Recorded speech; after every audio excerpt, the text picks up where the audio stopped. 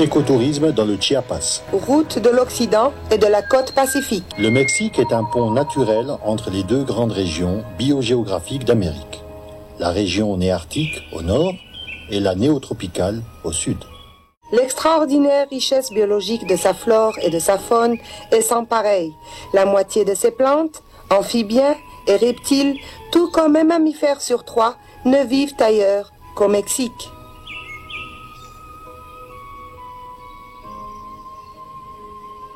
Dans le sud-est du pays, le Chiapas jouit d'une situation privilégiée.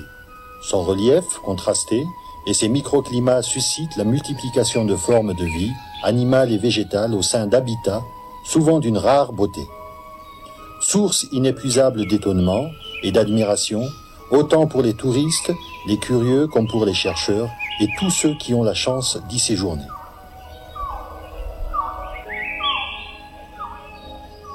Route de l'Occident et de la côte Pacifique. C'est un parcours de quelques 450 km. Depuis Tuxtla, vers Mexico, et après la bifurcation Tierra y Libertad, Arriaga, Tapachula et Unión Juárez, sur les pentes du volcan Tacana, par l'autoroute. En maintes occasions, nous laisserons les grands axes et prendrons des pistes, seules voies d'accès au Mexique profond et de parcs naturels comme El Ocote, La Sepultura, La Encrucijada, El Triunfo. Nous aurons parfois recours à chevaux et mulets pour porter la charge. Il faudra marcher, un peu ou beaucoup, selon nos forces et celles de nos motivations. Partir, bien préparé. Un incident est si vite arrivé. Ne pas négliger de s'informer auprès des autorités compétentes. Le département d'écotourisme de l'État, qui dépend de la Secretaría de Desarrollo Turístico du Chiapas, et aussi et surtout auprès du personnel spécialisé de l'Instituto de Historia Natural et du Zoo Miguel Álvarez del Toro. Ils vous donneront aides et conseils. Ce documentaire est un guide illustré. Il décrit les voies d'accès, signale les centres d'intérêt importants et les chemins de randonnée au sein des parcs. Des idéogrammes vous donneront quelques indications complémentaires quant au trajet, services et installations disponibles dans les réserves, et aussi les degrés de difficulté des parcours. Route de Tuxtla Gutiérrez à El Ocote. Empruntez la route panaméricaine vers Mexico. Bifurquez à Ocosocuautla vers Apicpac-Malpaso. 5 km et nouvelle déviation à main gauche vers Piedra Parada.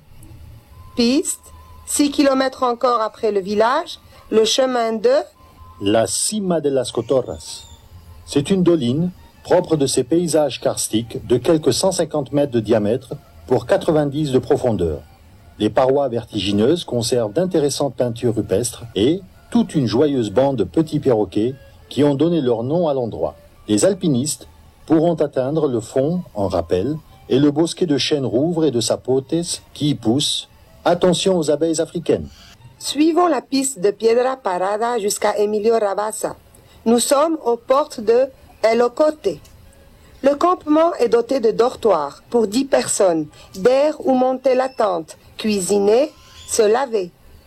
Il y a aussi des gardiens, équipes de radiofréquence et des chevaux. Itinéraire court, d'un jour ou deux, les sentiers de patrouillage vous feront découvrir les selvas et les paysages typiques. Cet accès par voie terrestre n'est pas recommandé durant la saison des pluies. Comptez une bonne journée depuis Tuxtla.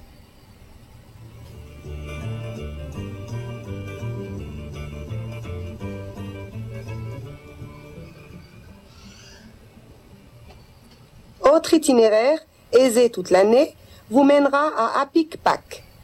Arrêtez-vous au kilomètre 17 pour visiter le parc éducatif, Laguna Belgica. Vous ne le regretterez pas. Cette île de végétation pérenne, à quelques 950 mètres d'altitude, est peuplée de toucans, colibris, de papillons multicolores. La nuit, vous surprendrez la nymphe des forêts. C'est le joli nom d'une charmante grenouille vert pomme aux yeux écarlates.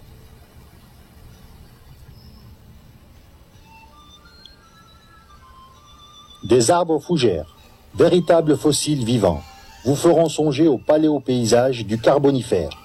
Des postes d'observation sont installés dans la forêt. Un orchidiario rassemble près de la cabane des gardiens tout un assortiment de ces merveilleuses fleurs.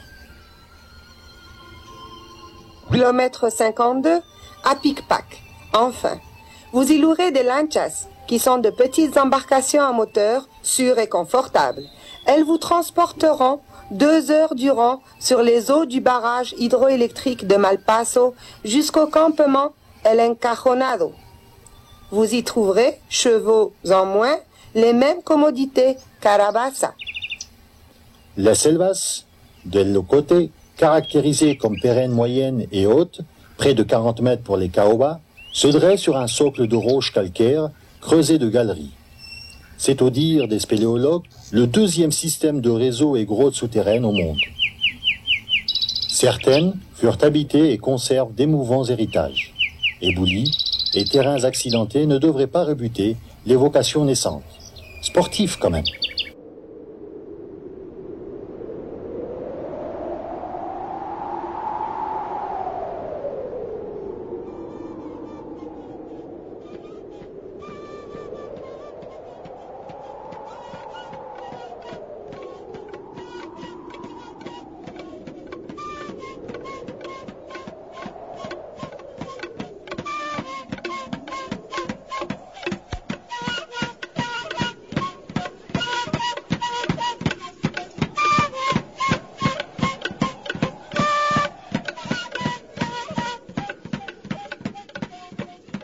Les plus aguerris pourront réaliser la traversée du canyon La Venta jusqu'aux cascades El Aguacero.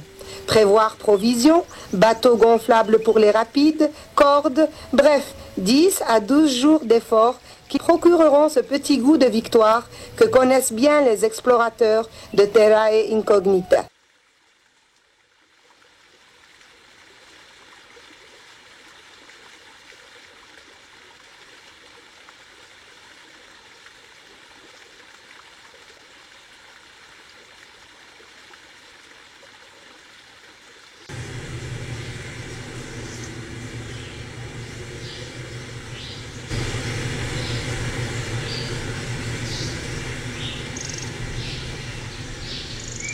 Il est possible d'atteindre plus facilement les cascades de El Aguacero par la route panaméricaine.